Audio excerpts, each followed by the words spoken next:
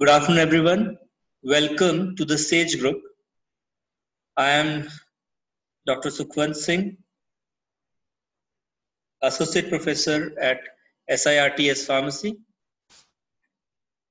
Today, we are going to talk about the medicinal chemistry of 5th semester of Bachelor's of Pharmacy. We have already completed first unit. Today, we are going to start on with our second unit. And the topic that we are going to take today is chemotherapy of anti-cancer agents. This topic is also given as anti-neoplastic agents or as other as anti-cancer agents.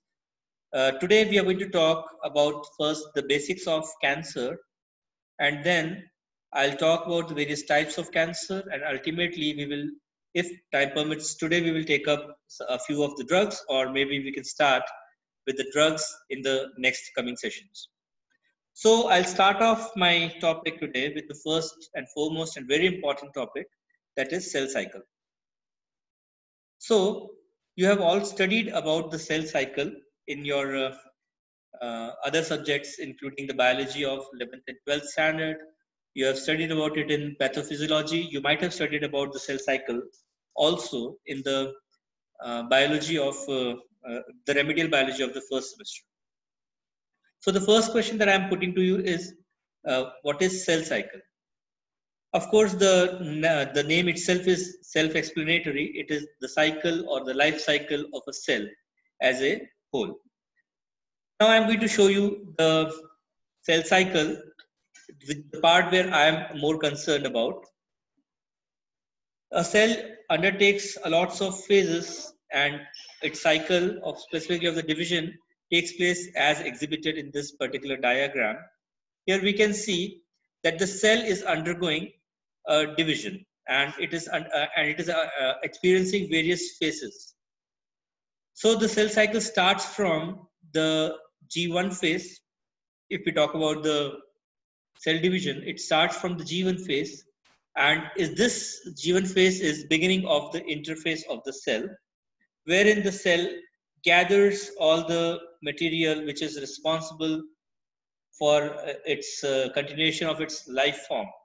So G1 is the phase when the cellular components, excluding the chromosomes, are duplicated. That is, the various organelles like vacuoles and others, like the Golgi apparatus, etc., these are all duplicated except for the chromosomes. Then the next phase that begins in cell is where the S phase, in which each of the 46 chromosomes is duplicated by the cell. This is also part of the interphase. So S phase or the synthetic phase, G is called as gap phase 1, S is synthetic phase where all the chromosomes are duplicated in the cell. Then there is a G2 phase, again part of the interphase or the gap phase 2, where the cell double checks the duplicated chromosomes for error and making any needed repairs. So this is the phase where the cell has already duplicated all its component, including the chromosomes, and the duplicated chromosomes are rechecked whether they have been translated properly or not, whether the gene sequences and the genetic information is duplicated properly or not. So that is your G2 phase. And then comes the next phase where the other phases begin, and the mitosis and cytokinesis occurs. So mitosis is the phase where these chromosomes are exchanged, and these are distributed across two cells. And then cytokinesis occurs. Cytokinesis is the ending of the cell division, wherein two progenies of the cell are obtained. The two cells are further obtained. Now, after this, the cell may choose to enter into G0 phase, where the cell cycle is arrested, or the cell comes out of its division phases, or the cell may further choose to go back into again G1 phase or S phase, and sequentially, of course, after G1 the S phase and the G2 phase, and further mitosis and cytokinesis. So this is the basic part of the cell cycle where I am more focusing on, because this is the place where we have to look for the causes of cancer or the neoplasma. So now let me come back to my topic for today, that is cancer. let us discuss what cancer is. See, cancer is a term used for disease in which abnormal cells divide. The two important things that we have to note down here is divide without control and are able to invade other tissues. So this is the thing that we have to underline basically, that it is a disease in which abnormal cells divide without control. So this is we have to earmark properly, that cells are dividing, but they are not dividing with control. They are dividing without control and are able to invade other tissues. Cancer cells can spread to other parts of the body through the blood and the lymph systems. So ideal difference between a normal cell and a cancerous cell will be the inhibition of cell division. I mean, with the cells which are normal, they know where to stop. They can divide with control. They may choose where to end their division. Whereas a cancerous cells, they also divide, but they do not they do not identify the signal where to stop the division, and therefore their division is uncontrolled. And of course, the second thing is invasion of the other tissues. So cancer cells are able to invade other cells, whereas the normal cells do not do that. So let us, if we look at the differences between the growth and uncontrolled growth, normal growth and the uncontrolled growth, we can observe that the normal cell, when it divides, it can identify the place where it gets damaged, and the cells have got their own signals for cell death. When the cells identify that they cannot continue a normal lifespan or a normal cell cycle, then the cells are giving out signals which are termed as apoptotic signals or suicidal signals. And the cell understands that now it is not able to lead a normal life, and therefore it stops its growth and it kills itself. This is termed as the apoptosis. Whereas if we look at a cancerous cell division, cancerous cells undergo numerous mutations. After the first, second, or third rounds, they do not understand that there is something abnormal, and they are not able to release the apoptotic signals. So as a result, their division is uncontrolled, and since their division is uncontrolled and there is no apoptotic signal, the cell is not able to take up its own life. It is not able to undergo apoptosis, and therefore uncontrolled growth of cells occurs, which may have various types of abnormalities. Some cancerous cells have numerous nucleuses. Some cancerous cells have numerous fibers. Some cells are filled with other type of tissues, other types of components. But these cells do not stop their division. So what are the various types of cancer? The various types of cancers are carcinomas, sarcomas, leukemia, lymphoma, and myelomas, and the central nervous system cancers.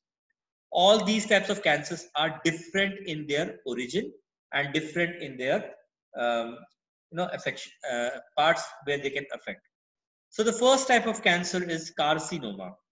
We are listening to all these terms, but we never bother to understand what is the difference. This is the difference. A layman never understands that what type of cancer are we talking of. So when we talk about carcinoma, it is a cancer that begins in the skin or in tissue that lines or covers internal organs.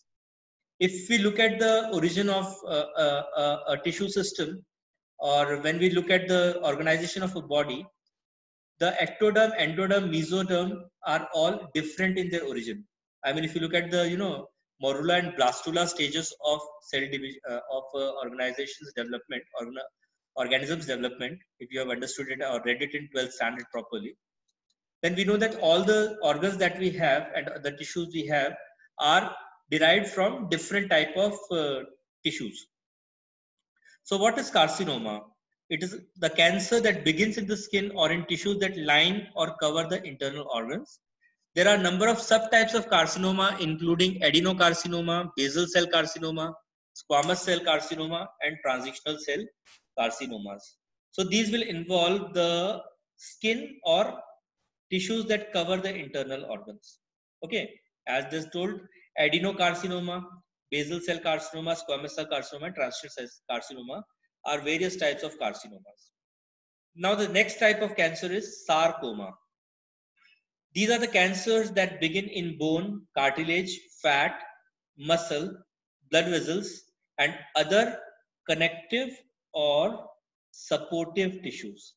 The important words to note here are connective and supportive tissues. So the cancers of connective and supportive tissues are termed as sarcomas.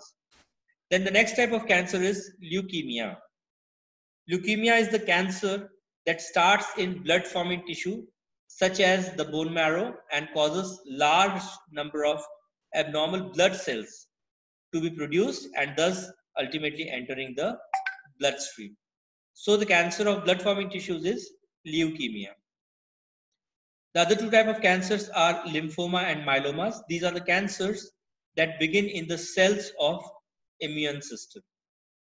And lastly, the central nervous system cancers, the cancers that begin in the tissue of the brain and spinal cord.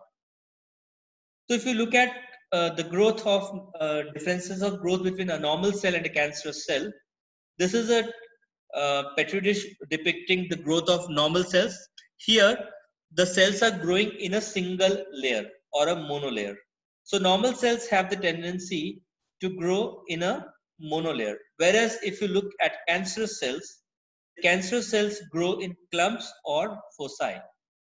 So this is the basic difference between a normal cell and a cancerous cell's growth. The cancerous cell we can see here, it is growing in form of clumps or foci, whereas normal cell is growing just in monolayers. So this is the basic difference between normal cells and cancerous cells growth. But let us talk about tumors. There is a basic difference between tumors and cancers, and not all the tumors that are occurring are cancerous. The tumors can be benign or malignant. The benign tumors are not cancerous. They can often be removed, and in most cases, they do not come back. The cells in benign tumors do not spread to other parts of the body, whereas malignant tumors are cancerous. Cells in these tumors can invade nearby tissue and spread to other parts of the body. The spread of cancer from one part of the body to another is called as metastasis. Let me take you to the genetics of the cancer. Our bodies are having two types of genes. The first type of gene is termed as an oncogene, and the second type of gene where we are going to talk in this terms is tumor suppressor genes, or the TSG. Oncogenes. Onco means cancerous, genes means from genetics. So the genes which code for cancerous cells, or the genes which undergo mutation in order to produce cancerous material or cancerous cells, are oncogenes. And the second gene that I just told is TSG, or the tumor suppressor gene. Whenever there is balance between these two genes, that is tumor suppressor genes and oncogenes are in balance or are in equilibrium, then the tumors are formed from time to time, and the tumor suppressor genes suppress those formed tumors. For example, let me just tell you what is tumor. Tumor is collection of cells which fades in the body from time to time. If you, I'll just give you an example. Sometimes when we touch our ear lobes, then we can sometimes feel some clumps inside these lobes. Some people might have observed it. So these are the clumps which are actually small tumors which are generated in the body sometimes, and after some time when we check it, it goes away. So these type of tumors are quite normal. It can happen to anybody and everybody.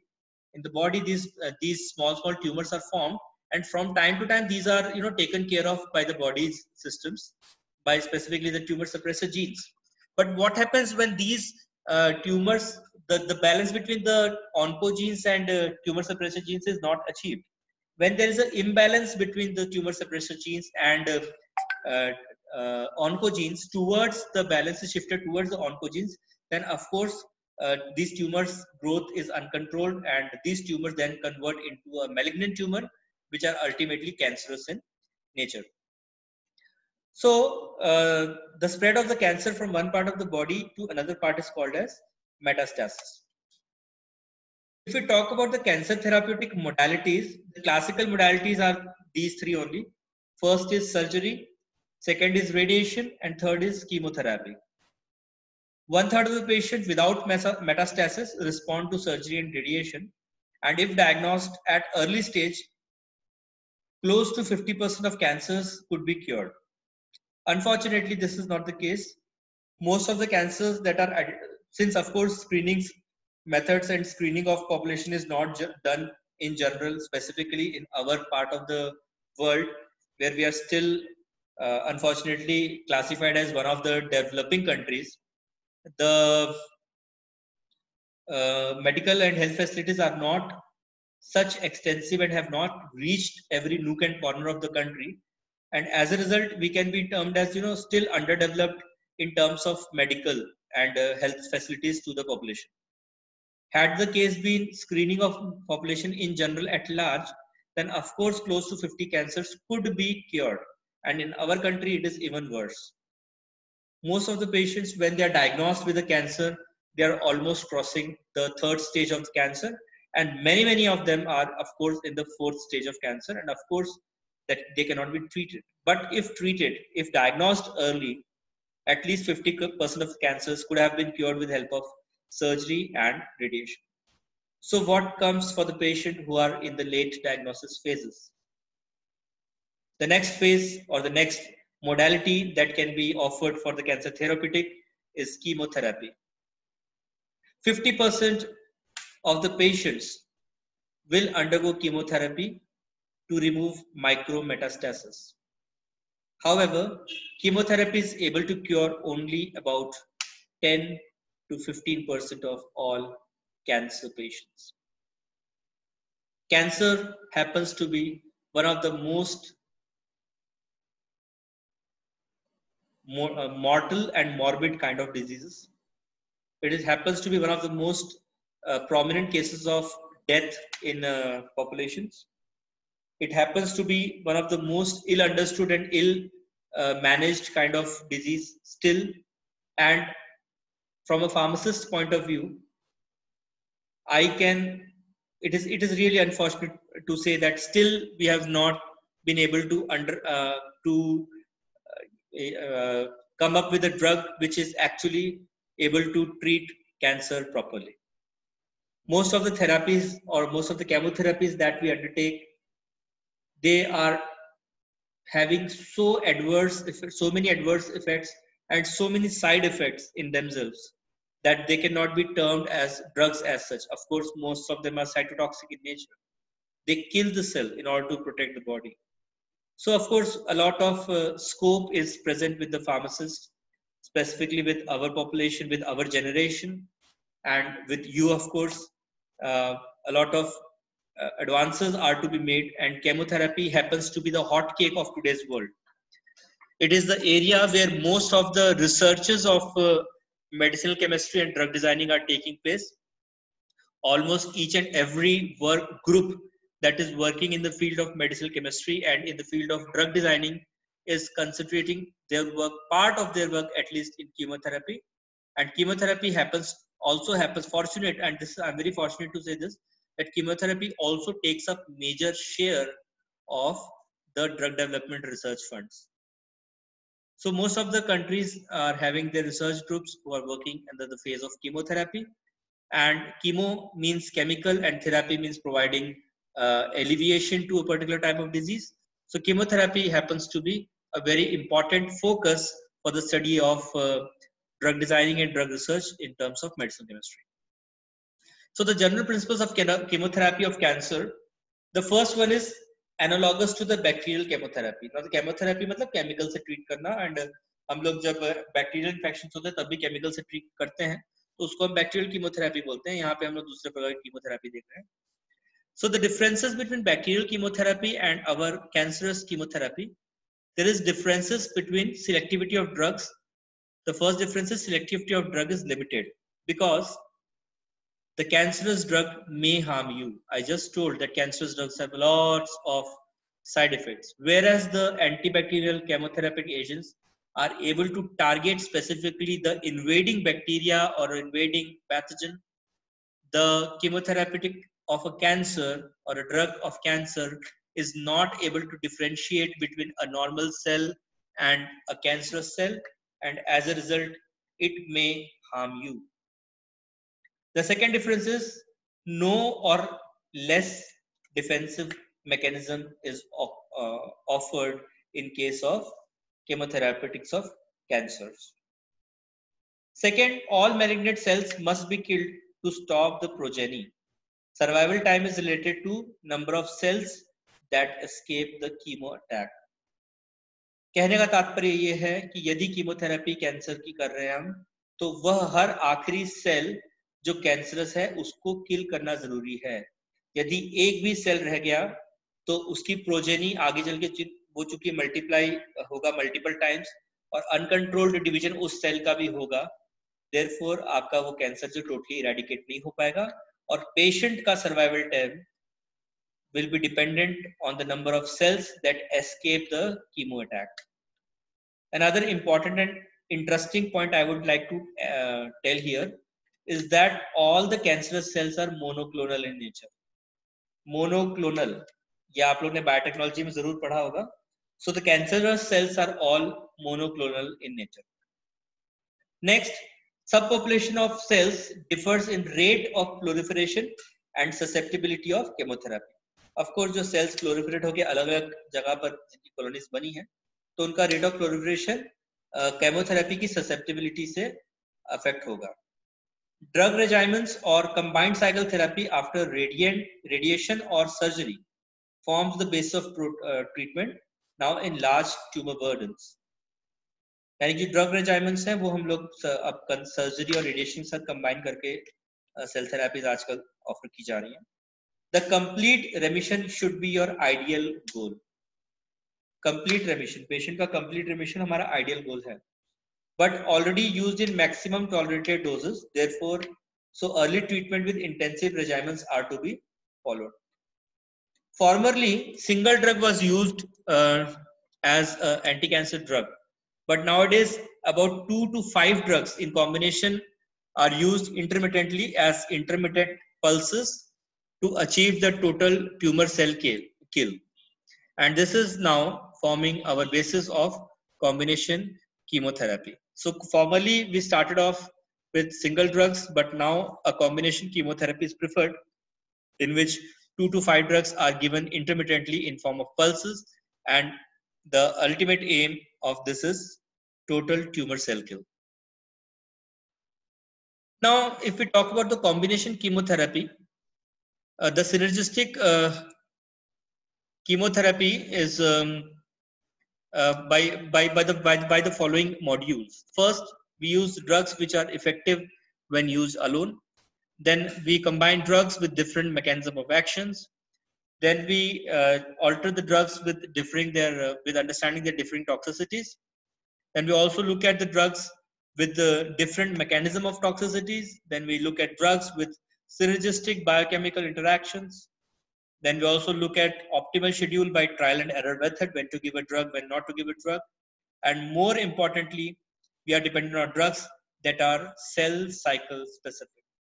Please note this word of mine, cell cycle specific, because when we look at anti-cancerous drugs, anti-neoplastic agents or anti-cancerous drugs are classified into 3 major types. The first one is cell cycle specific agents. The second one is cell cycle non-specific agents. And the third one is miscellaneous or antibodies like example agents. The name itself tells. The first one is cell cycle specific. These are the drugs which are going to act on a specific phase of cell division of the cell, of the cancerous cell. I mean, they will be able to act only on a particular phase, either when a cell is undergoing replication or duplication of the genetic material or duplication of other organelles. So they will be dependent on the division of cell in a specific stage of division. Then cell cycle non-specific agents. These are the agents which kill a cell without taking into consideration what phase it is in, and they are not dependent on the type of phase or type of part of the cycle which the cell is undertaking. Then the last one is miscellaneous agents. These are various types of agents that are there. So I will conclude my class today here, where we have already discussed about the modalities of cancer therapeutics. We have talked about various combination therapies. We have talked about various types of tumors. We have talked about various types of cancers. And we also discussed about the cell cycle as such. So I will end today's class here. I'm very thankful to you all for having joined me in the introductory class of chemotherapeutics of chemotherapy of anti-cancer agents. So I thank you again for joining the SAGE group, and I'm Dr. Sukhwant Singh, Associate Professor at SITS Pharmacy. I hope to see you all in my next class, where we will discuss about the various cancer anti-cancer agents or the anti-neoplastic agents. So thanks again once again for joining me. God bless you all. Stay safe. Thank you.